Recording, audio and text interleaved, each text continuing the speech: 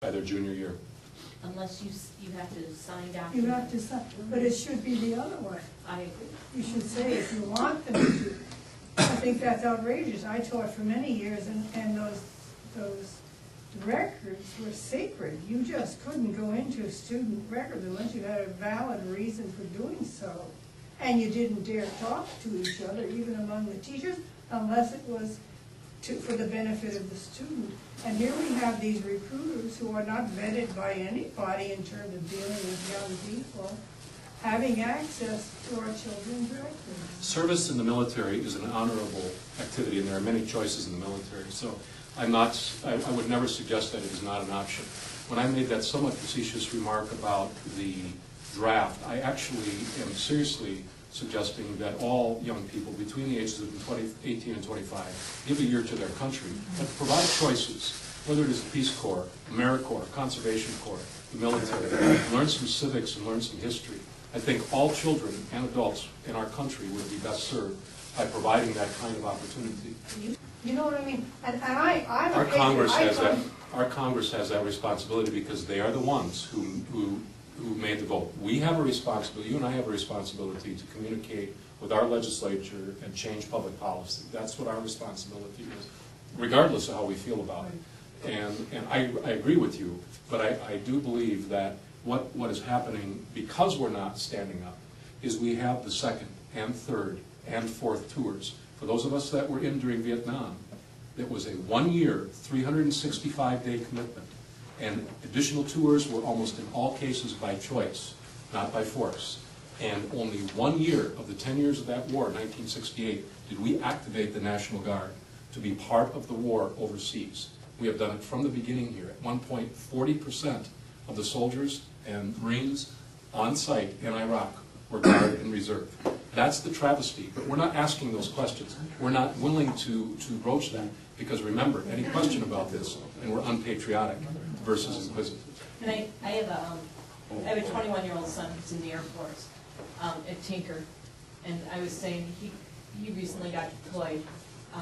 Well, he's back. But when he was deployed, what he's trained to do is to take care of the equipment on the plane. And so when he got deployed, he called me. He's like, "Mom, don't worry." And then I know it's coming. Yeah. You know. And then of course he's a big BSer. He'll just lie to me to say anything. And I said, "Where are you going?" "Well, really, I think we're going to be okay. We're going to be on the ground in Kuwait, and we're just going to do flyovers. And my job is to maintain the equipment." And I said, "Okay. Okay, I'm still not glad you're going, but I know this is your choice, and I stand behind you." And I'm like, "Canada is not far from Wisconsin, honey. If you want me to come get you, I'll bring you." No, I'm going to go. Well, 2 weeks before he left, he calls and he's like, "We got different news this morning. I'm going to be at a checkpoint in Baghdad." I said, "Are you even trained for this?" He's like, "I'll be okay." And you just know that the sad thing in this is you've got people, so you were talking about being trained in just your uniform, you know, with your gun. And I said, "How much gun experience do you really have?"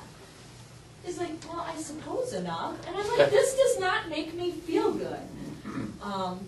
You know, and then he got back and he's like, "Yeah, we're getting ready for more guys to go again with the surge and stuff." And I said, "Okay, are you going?" "Well, no, because he's got some health issues that came up while he was over. He did his whole deployment, but then he got back." And I said, "Well, where are they going?" And he's like, "Well, I really shouldn't say this, but it's close to Iraq, and it's the same letters almost as Iraq." "I'm like, you're going to Iran, aren't they?" And he's like, "We're getting ready to go."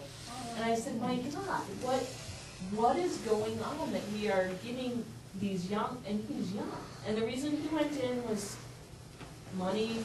I mean, I understand he wants to be there, he wants to be for his country, but I'm just so sad. And he called and he said, "Do you know what?" When he got home, he said, "Do you know that they're using children as their shield?" And so then you shoot and you hit a child by mistake, because he has really, I'm sure, not a lot of gun experience. You know, you shoot a child by mistake, and then you rush him. You want to get a hold of that child and rush him to a medic, but you don't know any of the language to say to the mother, "Don't worry, I'm trying to take your child to safety."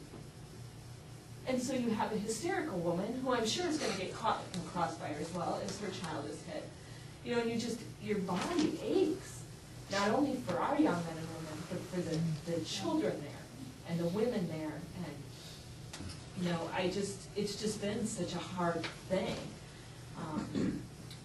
And I do, you know, I respect, and I'm a huge leftist, tree hugging.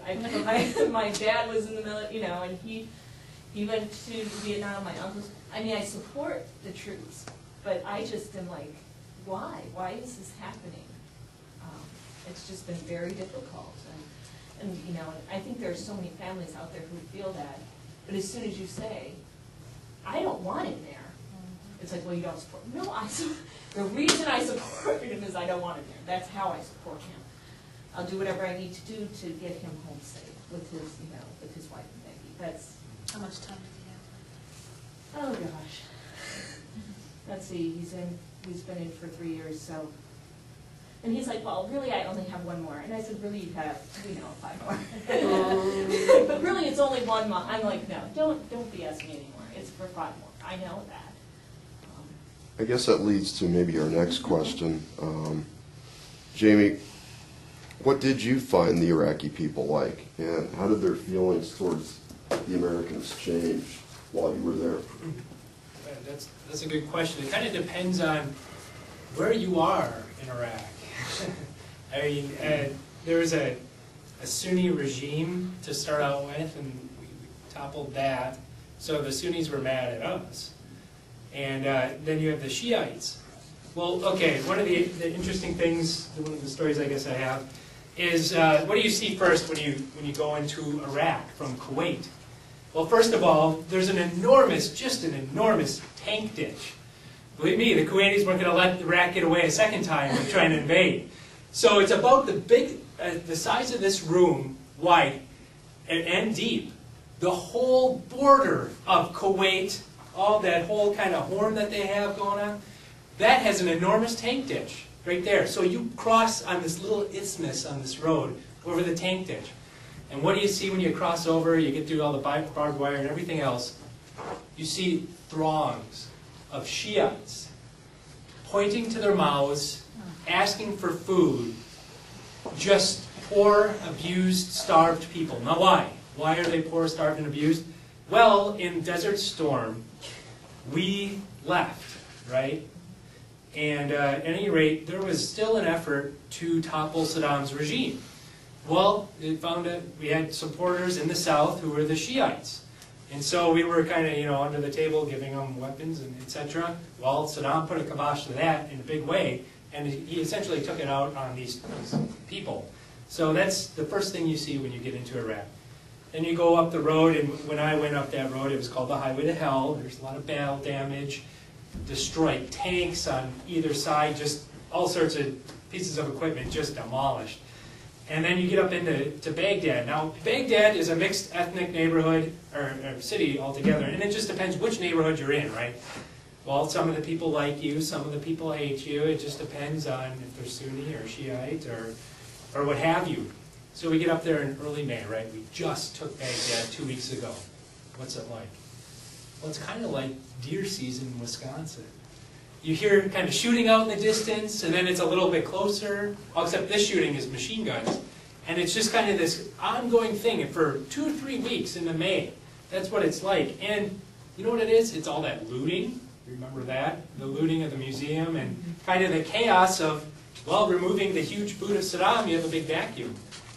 I always argued that sectarian violence started right from the beginning, because the Shiites were getting back at the Sunni oppressors. There were scores to be settled. There was a lot of AK-47 fire those first couple of weeks before we could finally get control over Baghdad. And again, that's just proof that sectarian violence has been happening right from the beginning. I really do believe that. So who likes us, who hates us? Again, it's kind of a, before the regime, the Sunnis obviously benefited from Saddam, so they really don't like us now. And at any rate, the people who we're employing to rebuild this place, they love us. I mean, we're giving them a job, and there's just an enormous unemployment rate, right? I forget what it is, 25, 30% or something like that.